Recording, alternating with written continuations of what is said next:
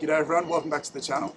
So in today's video, I want to talk to you about why you shouldn't walk with your feet turned out, and then give you a quick exercise that will hopefully help you restore some of that normal motion to the area really quickly. So I think the first thing that we need to talk about is most people who tend to walk with their feet turned out don't do it intentionally. It's an adaptive process that happens over time based on a number of different things, but one of which is tightness at the front of the hip.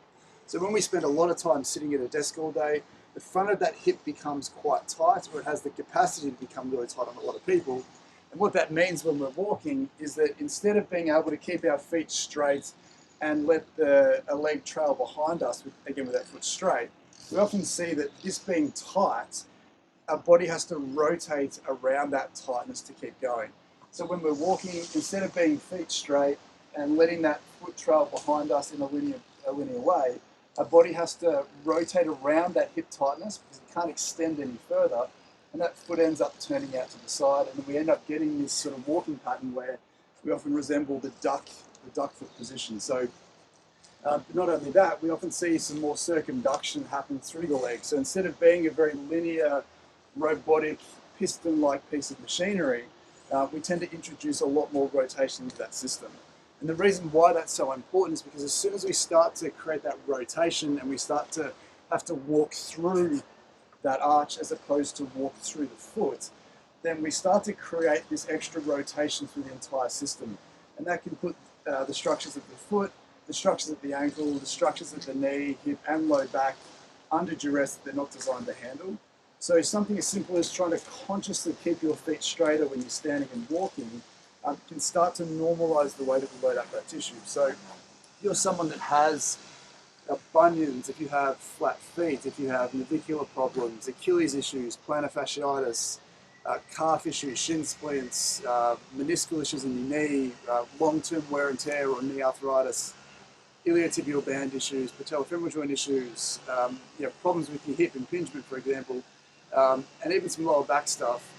If the next time you go for a walk, if you can take a moment to look down and see where your feet are pointing, you might find that you're missing one of the most obvious signs that something isn't going right in terms of how you're loading things up. So if we're trying to correct this, and I would urge you to try this straight away because it's such a powerful exercise, we're going to do the couch stretch. So it's a stretch that we've done a lot on the channel before, but it is easily one of the best and fastest and most effective ways to free up the front of that hip. And what I would suggest you do is that if you can take your shoes off, just go for a walk for 30 seconds to a minute without trying to change anything, get a sense of how you feel when you walk, come back, do this couch stretch, and then go for another walk again. And hopefully you'll feel like it's easier to have that foot in a better position. So again, the way that we want to do this, all you need basically is a surface to go up against. You can definitely do it on a couch or a chair. It's going to be easier for you. But to show you in this position, essentially what we want to do is we want that knee right into the corner of the chair. So if you're on a chair, make sure that your knee is where the seat meets the back of the chair.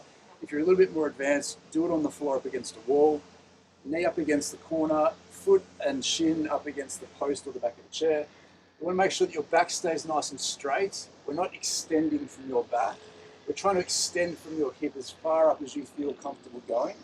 Now, if you haven't done this before, it's a brutal stretch. So you might find that you can only get to this point. That's completely fine. Start where you feel comfortable.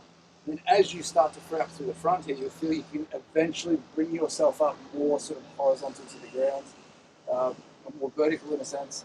But we're looking for some tightness through the front of this hip. Now, you can shift your hips towards the side that you're stretching. You can shift your hips away from the side that you're stretching. It will change how much tension you have through the front of that hip. Ideally, we want to preach that sort of that linear sense. So we're going to make sure that your foot is basically in the middle of your butt cheek. Everything's up nice and tall. You'll feel a really nice, brutal stretch to the front of that hip. You want to stay here for 30 seconds to a minute or whatever you feel comfortable tolerating. You've got to be able to breathe. You've got to be able to talk. If you can't, if you feel like you're holding on for dear life, this muscle isn't going to free up as quickly as possible. So come out of that stretch a little bit further to a point that you can tolerate. And again, once this tissue frees up, it's going to get easier to do. So again, deep breath in, give all these muscles a squeeze, squeeze your butt cheek, tense the muscles at the front of the thigh, push your foot back into the post or the chair, hold that for 5 to 10 seconds, then relax. You might find you can go a little bit further into the stretch than you could before.